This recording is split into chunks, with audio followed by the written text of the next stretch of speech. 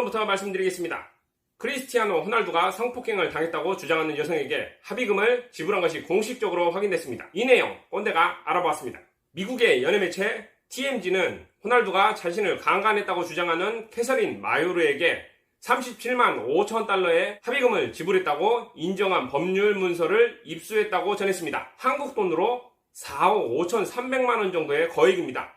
마요르가는 지난 2009년 6월 미국 라스베가스의 한 호텔에서 호날두로부터 성폭행을 당했다고 주장했습니다. 그리고 이 여자는 2010년 호날두로부터 이 사건에 대해 침묵하는 조건으로 37만 5천 달러를 합의금으로 받았다고 주장했고요. ESPN이 공개한 당시 내용에 의하면 2009년 10월 19일 영국 맨체스터에서 호날두는 성폭행 혐의로 체포됐다.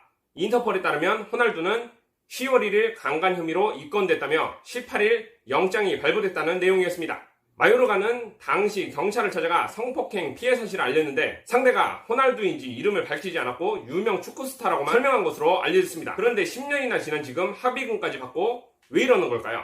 10년 전 사건의 발단은 2009년 미국에 휴가를 온 호날두는 자신의 고급 펜트하우스에서 비밀 파티를 열었습니다. 25살의 모델 마요르가를 초대해서 함께 놀았고요.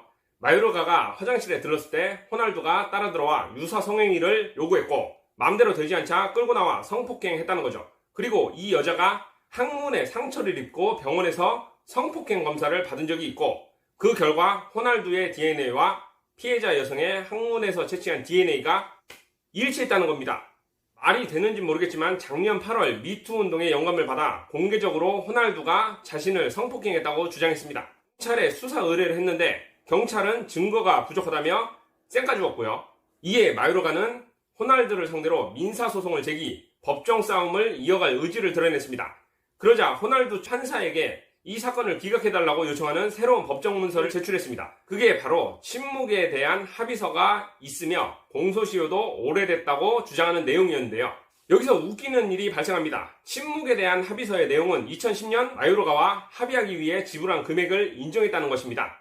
돈 준 것만 인정하겠다는 거죠. 호날두가 마요르가에게 37만 5천 달러를 지불했으며 양측이 비밀 유지 의무와 비파괴 의무를 지키기로 합의했다고 밝혔습니다.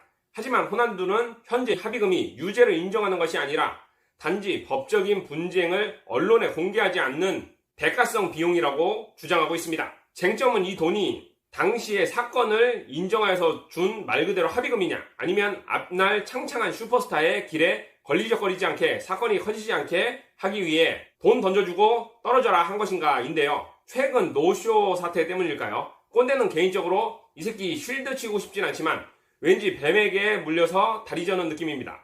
사건을 인정한다, 잘못했어, 용서를 구한다는 대가로 이 합의금을 줄게, 용서해 주라의 경우도 있지만 먹물 묻으면 호날두 본인의 이미지는 물론 관련 광고 계약들도 앞으로의 광고들에게 어마어마한 금액의 손실이 발생할 테니 정황 교묘하게 성폭행 했든 안 했든 호날두는 돈으로 치우려 했을 것 같습니다.